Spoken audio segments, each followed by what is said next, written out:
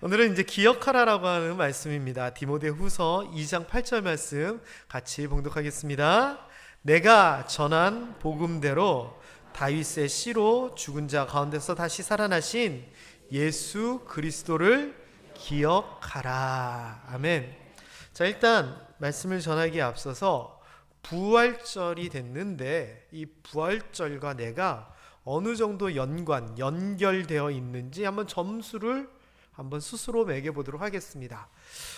제가 지금 몇 가지 단어를 이렇게 말씀드릴 건데 그 단어가 지금 나한테 해당되고 나랑 관련 있는 단어면은 끄떡끄떡하면서 1점 이렇게 점수를 매기시면 됩니다.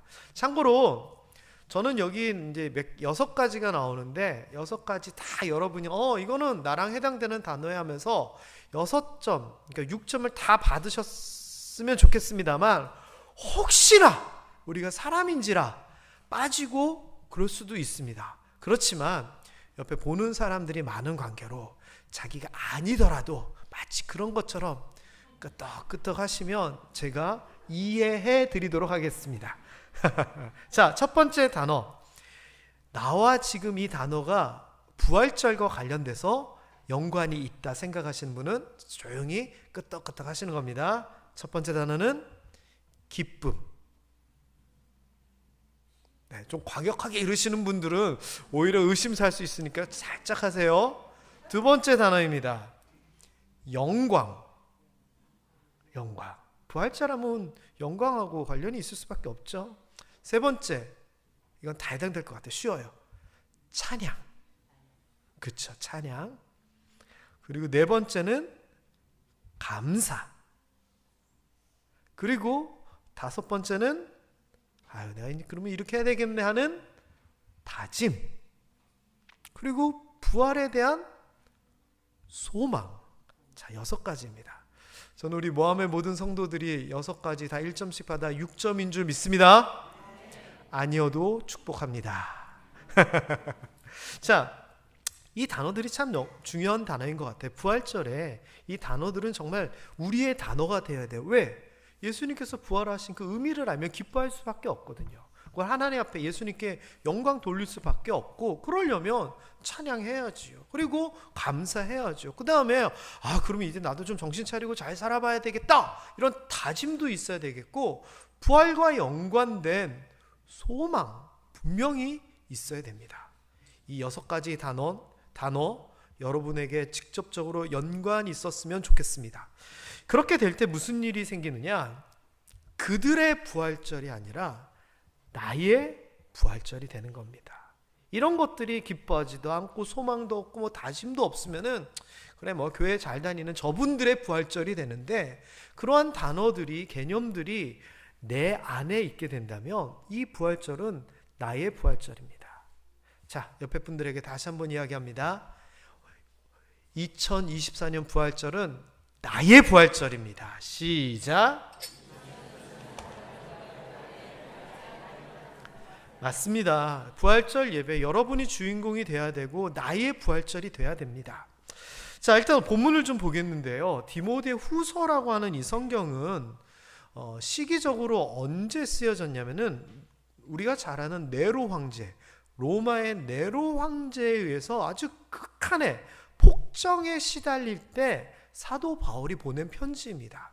그런데 이 사도 바울이 이때 어떤 상황이었냐면 로마의 감옥에 갇혀 있던 때입니다. 그리고 재판은 제대로 진행되지도 않고 네로 황제는 죄송합니다, 또라이같이 별의별 짓을 다 하고 있고 자기 살고 있는 로마의 화재 큰 불이 났는데 그거 보면서 노래 부르고 있고, 그러니까 말도 안 되는 상황이었거든요. 그래서 사도 바울이 앞으로 어렵게 되리라 아마 추측할 수 있었을 겁니다. 그 상황인데 다시 얘기하면 죽음을 앞둔 상황입니다.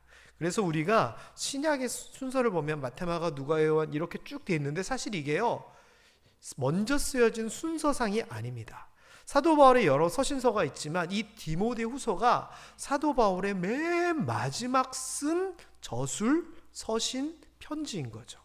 내용은 어떤 내용이냐, 아들 같은 디모데에게 유언같이 남기는 당부의 편지입니다. 그리고 실제로 이 디모데후서를 쓰고 얼마 안 있어서 사도 바울은 죽음을 당하게 된다라고, 성경에는 그 이야기가 나와 있지 않지만 역사적으로 많은 자료에서 이야기를 하고 있습니다. 자, 그러면 사도 바울이요, 자기의 죽음을 얼마 앞두고 디모데에게 무슨 유언을 했을까요? 어떤 당부를 했을까요? 좀 정리를 하면 이렇습니다. 1장에 보면은 주님의 말씀을 지켜라. 2장에서는 그 말씀을 가르쳐라. 그리고 네 자신이 말씀 안에 거하고, 그리고 이것을 더 멀리 전파하라라고 하면서 자기의 삶이 주의 말씀을 전하는 삶이었는데, 아들 같은 디모데도 그런 삶을 살 수 있도록 아주 사랑을 담아서 이 편지를 쓰게 됩니다. 그러한 당부 가운데 가장 핵심적인 당부가 이 디모데후서 2장 8절인 겁니다. 자, 의미를 좀 더 알았으니 다시 한번 읽어볼까요? 내가 전한 복음대로 다윗의 씨로 죽은 자 가운데서 다시 살아나신 예수 그리스도를 기억하라. 이게 거의 마지막으로 바울이 디모데에게 한 유언과 같은 내용이에요. 자, 그런데 여기에 보면은 내가 전한 복음대로라고 하는 그 표현이 있어요. 이 말이 뭐냐면은 사도 바울이 평소에 전했던 복음 또는 디모데에게 전했던, 가르쳤던 그 복음을 얘기하는 거예요. 그 복음대로 네가 기억하라라고 하는데 어떤 복음이었느냐? 이런 내용이에요. 첫 번째는 다윗의 씨라고 하는 표현이 나와요. 이것은 다윗의 자손이라는 얘기고, 이 말은 이스라엘 백성들이 기다려왔던 메시아라는 그 표현이에요.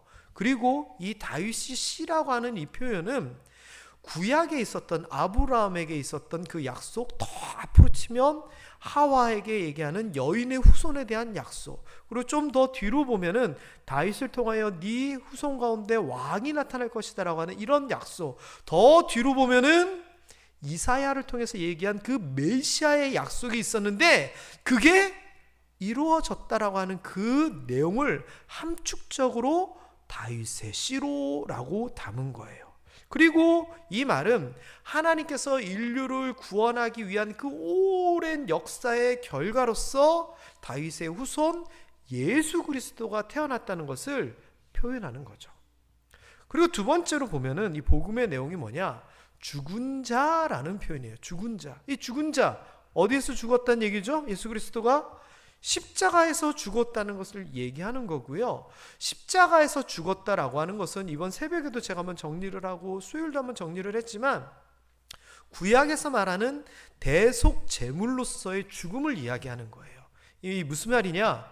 아담과 하와가 죄를 저질러가지고 부끄러워가지고 나뭇잎으로 옷을 만들어 입었잖아요. 그거 뭐 햇빛 비치면 금방 말라 비틀어질 거. 그래서 하나님께서 가죽옷을 지어가지고 입혀요. 그러면 가죽옷을 짓기 위해서는 짐승이 희생되어야 되는 거잖아요. 그래서 짐승의 생명을 희생함을 통하여 인간의 부끄러움과 죄악을 가리게 되는, 소설로 치면 복선적인 내용이 가죽옷이에요.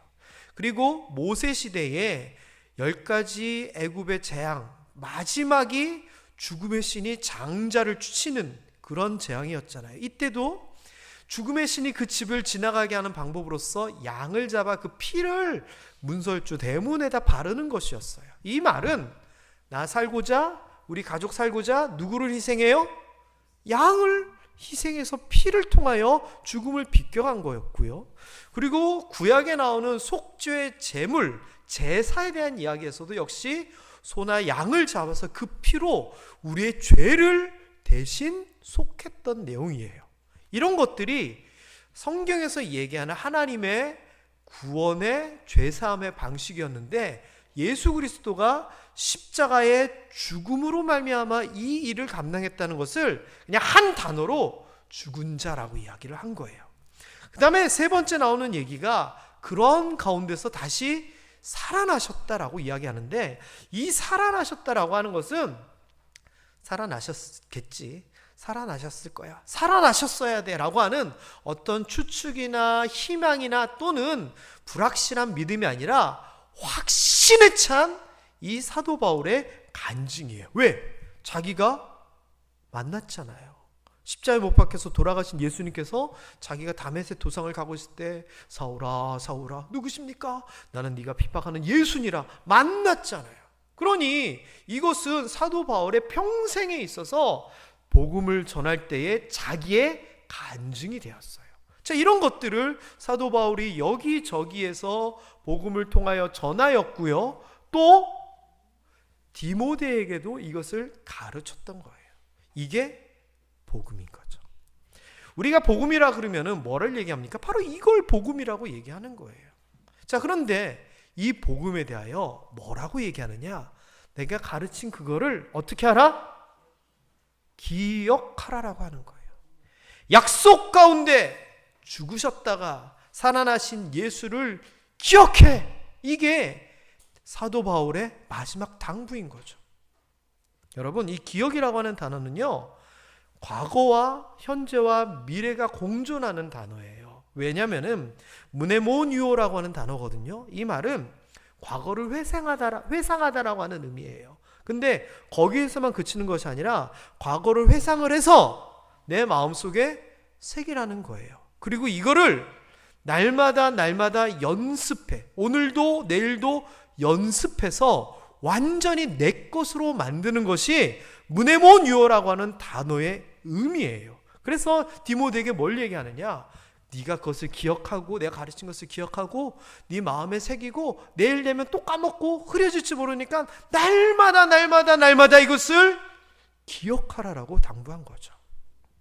이 당부는요, 구약에서 모세가 이제 자기 말고 다른 40년 광야 생활을 한 후에 말고 가나안 땅으로 들어가는 자기의 백성들에게 당부하는 내용하고도 비슷해요. 왜? 자기는 가나안으로 들어가지 못하고 이제 이 광야에서 죽임을 당하게 되는데 이스라엘 백성들이 가나안으로 들어가서 좀 이렇게 좀 잘했으면 좋겠어라고 하는 것을 마지막으로 다시 한번 강조하거든요. 그게 바로 신명기예요. 다시 신자를 써서 다시 명령하는 것에 대한 기록이라는 뜻이죠. 뭘 얘기하느냐? 너희가 내가 말하는 이 모든 명령을 지켜 행하라. 뭐냐? 40년 동안 광야 길을 걷게 하신 것을 기억하라는 겁니다. 40년의 광야 생활을 기억 좀 해라. 왜? 그 40년 동안 하나님께서 낮추시고 줄이게도 하시고 또는 만나도 먹이시고 이렇게 하셨고 40년 동안 의복이 헤어지지 않냐고 발도 부르트지 않았지 않니? 이렇게 40년 동안 우리를 광야에서 인도하시고 도우셨던 하나님께서 저 가나안 땅으로 들어가도 우리를 인도하시고 도울 거야. 우리가 광야 생활을 통해서 뭘 배웠지? 하나님을 부인하고 하나님을 따르지 않으면 저주받고 벌받는 거 배웠잖아. 이 이야기를 신명기에서 쭉 하거든요. 그러면서 표현을 하는 거죠. 광야 생활에 있었던 일들 기억하라. 왜? 과거의 일을 기억하여 지금 마음에 새겨서 이것을 잊지 아니하고 그 미래의 삶에 영향을 끼치도록 기억하라는 거예요. 어찌 보면 신명기에서 모세가 가졌던 마음을 디모데 후서에서 사도 바울이 가졌던 것 같아요. 이 기억하라고 하는 이 말 다시 한번 정리를 하면 이렇습니다. 과거의 일을 회상하고 생각하는 것, 그리고 현재의 마음에서 잊혀지지 아니하는 것, 그래서 미래에 좋은 결과를 얻게 하려는 것이 사도 바울이 디모데에게 기억하라고 한 의도였습니다. 자, 그런데 이렇게 기억하라고 한 이유가 있습니다. 그리하면입니다. 그리하면 네가 이런 것들을 기억해야 된다. 왜냐하면 이 복음을 우리가 알고 이 복음을 품고 있으면 어떤 것들도 참을 수 있어. 그리고 이런 것들을 참으면 구원을 얻게 되고 영원한 영광도 받게 될 것이야. 그리고 우리가 그 고난 어려움, 주와 함께 죽었으면 주와 함께 다시 살게 될 것이야. 또한 우리가 인내하고 참으면 왕 노릇할 거야. 근데 너희가 어렵고 힘들다고 부인하면 주님께서도 너희를 부인할 거야. 이 이야기를 하는 거예요. 다시 얘기하면은 예수 그리스도의 죽음과 부활을 정확하게 알고 그것을 잊지 않기 위하여 마음에 새기면 디모데에게 구원과 영광과 부활과 왕의 영광이 있게 될 것이야 라고 이야기하며 격려하며 당부했다는 거죠. 저는요, 우리도 기억해야 된다고 생각합니다. 뭘 기억해야 되느냐? 하나님께서 또 예수님께서 우리에게 당부하시는 것들을 기억해야 됩니다. 이 디모데에게 사도 바울이 당부했던 이 내용도 다윗의 씨로 죽으심으로 그리고 다시 살아나심으로 이 모든 것, 이 은혜, 이 놀라운 사건을 기억하는 것도 우리에게 중요합니다. 게다가 예수님께서 우리에게 직접 당부하신 게 또 있습니다. 바로 누가복음에 나오는, 마태, 마가, 누가, 요한에 나오는 성만찬 마지막 만찬 때의 이야기입니다. 예수님께서 마지막으로 잡히시기 전날 밤에 제자들과 함께 식사하시는 도중에 떡을 떼어서 나눠주시면서 이 떡을 땜과 같이 내가 너희에게 내 몸을 주니 이 붉은 포도주를 너희에게 나눠주는 것처럼 내 피를 너희에게 주니 너희가 나를 기념하라라고 얘기하셨습니다. 그런데 이 기념하라라고 하는 이 말은 아남네시스라고 하는 단어인데 아까 얘기한 좀 어려운 단어였죠? 그 단어와 동일한 회상하다, 기억하다의 의미입니다. 다시 얘기하면 예수님께서도 사도 바울과 마찬가지로 자기 제자들에게 무언가를 기억하기를 원하셨습니다. 뭐를?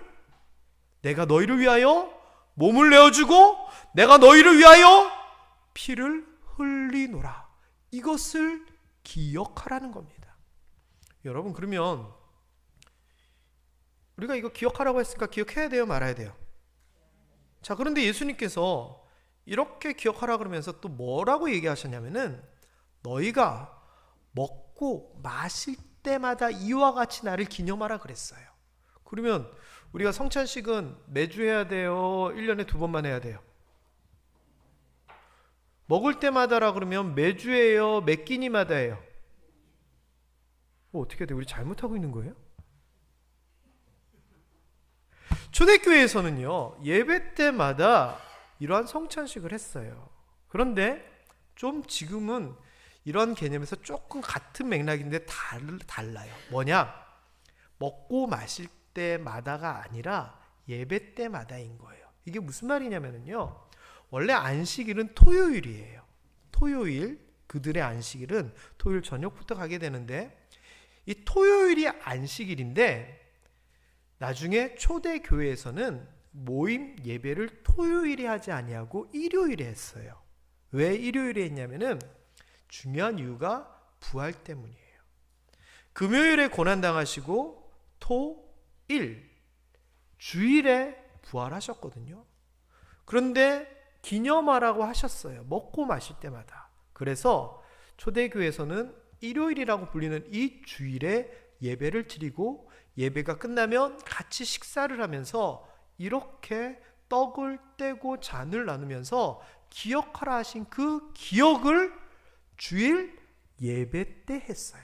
그래서 기독교 전통은요, 주일날 예배 드리는 것은 다른 이유가 아니에요. 부활하신 예수 그리스도를 기리기 위하여, 기억하기 위하여, 기념하기 위하여 우리는 주일날 예배 드리는 전통이 자리 잡혀 온 거예요. 그래서 주일 예배는 뭐와 같은 개념이냐? 주님을 기억하기 위한, 주의 부활과 주의 죽으심을 기억하기 위한 성만찬과 같은 개념이에요. 그러면 여러분 예배 때마다 여러분은 복음을 통하여 예수 그리스도의 사랑과 은혜와 죽음과 부활을 기념해야 되는 거예요. 이게 예배예요. 그렇기 때문에요, 특별히 오늘은 그 많은 예배 중에 부활절의 예배는 우리가 무언가를 반드시 기억해야 돼요. 뭘 기억해야 되느냐? 내가 죄인이었구나. 기억해야 돼요. 잊지 말아야 돼요. 물론 지금도 죄인이지만 우리의 죄성과 연약함에 대해 다시 한번 생각해 보는 날이 되어야 돼요.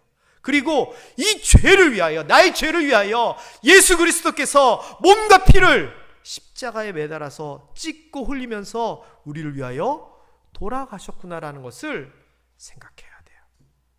나아가서 3일 만에 죽음의 권세를 이기시고 부활하셨다는 것 역시 잊지 말아야 되고요. 하늘로 오르시고 오르신과 같이 이 땅에 다시 오실 예수님을 기억해야 된다는 거예요. 그렇다면요, 여러분, 이런 것들이 예배고 이런 것들이 부활주일 예배 드리는 이유이라면, 그리고 우리가 이런 것들을 기억해야 된다면 다시 한번 점수를 매겨보겠습니다. 다음 나열되는 단어를 부활절과 연관시키면 우리로 하여금 뭐를 생각하게 하고 기억하게 하는가? 기쁨입니다. 무슨 기쁨? 죄인이었던 우리가 예수 그리스도로 말미암아 의롭게 됐다라고 하는 그 기쁨이 여러분에게 있어야 됩니다. 영광, 죽음의 권세를 이기신 예수님께 영광을 돌려야 됩니다. 그렇기 때문에 영광을 돌리면서 우리 입술에서는 찬양이 넘쳐야 되고요, 우리 마음에서는 감사가 흘러나와야 됩니다. 주와 함께 죽고 주와 함께 살았으니 이제 그런 삶을 살겠습니다라고 하는 다짐도 있어야 되고요, 부활을 통하여서 하늘나라에 대한 소망, 구원에 대한 소망을 우리는 품어야 됩니다. 자, 그렇다면 이 6가지 단어들이 다 여러분하고 연관되어 있습니까? 당연히 그래야 됩니다. 그게 진짜 부활주일입니다. 옆에 분들에게 이렇게 자랑하겠습니다. 저 6점입니다. 맞습니다. 맞습니다. 이 단어들이 빠지면은 안 됩니다. 사도 바울이 이런 것들을 얘기한 겁니다. 너 잊지 말아야 된다고. 하나님의 약속에 대하여, 죽으심에 대하여, 부활에 대해 잊지 말아야 된다고. 이것을 잊지 않고 기억해야지 네가 구원받고 영광받고 하나님으로부터 왕노릇하게 되며 주와 함께 살게 될 것이야. 게다가요, 부활절 기억하는 날이라고 했는데 부활절만 부활을 기억하는 그런 날이 돼서는 안 됩니다. 하루만 기억하고 끝나는 것이 아니라 이 부활점을 기점으로, 시작점으로 해서 계속 기억을 되살려야 됩니다. 우리에게 주신 그 은혜, 우리의 부족함, 우리의 여러 가지 주신 그 약속들 계속 우리를 기억해 나가야 됩니다. 게다가 먹고 마실 때마다 라고 나를 기억하라고 하신 그 예수님의 말씀처럼 성찬식을 통하여, 그리고 각 예배를 통하여 이 기억함이 계속 이어져야 될 거라 저는 생각이 듭니다. 사랑하는 모함의 성도 여러분, 십자가의 죽음과 부활을 잊지 않고 기억하는 우리가 되기를 주님의 이름으로 축원합니다. 그냥 왔다 가는 부활절, 헌금만 하고 끝나는 부활주일이 아니라 아까 얘기했던 그러한 단어들이 정말 나의 마음속에서 진심으로 흘러나와 나의 부활절 되기를 주님의 이름으로 축원합니다. 기도하겠습니다. 기도합니다.